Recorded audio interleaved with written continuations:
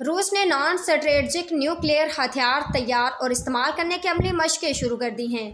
روسی وزارت دفاع کے مطابق یہ مشقوں کا پہلا مرحلہ ہے جو سدرن ملٹری ڈسٹرکٹ میں کیا جا رہا ہے۔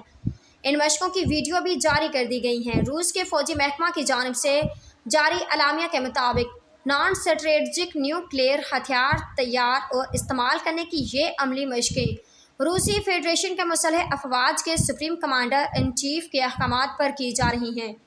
اعلامیہ کے مطابق اس پہلے مرحلے میں نان اسٹریٹجک نیوکلیئر ہتھیار تیار کرنے اور انہیں استعمال کرنے کی عملی جانچ کی جا رہی ہے اور ان مشقوں کی قیادت مسلح افواج کے جنرل اسٹاف کر رہے ہیں۔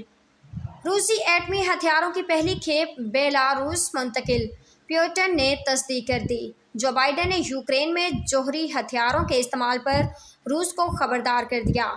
وجود کو خطرہ لاحق ہوا تو جوہری ہتھیار استعمال کریں گے، روس نے خبردار کر دیا۔ روس میڈیا کے مطابق سدرن ملٹری ڈسٹرکٹ سے تعلق رکھنے والے میزائل فارمیشنز کے اہلکار جنگ میں اسکندر ٹیکٹیکل میزائل نظام کے لیے خصوصی اسلحہ حاصل کرنے، لانچ وہیکلز کو ان سے مسلح کرنے اور پھر انہیں خفیہ انداز سے ایسے مقامات تک پہنچانے کی پریکٹس کر رہے ہیں جہاں سے میزائل لانچ کیے جانے ہوں۔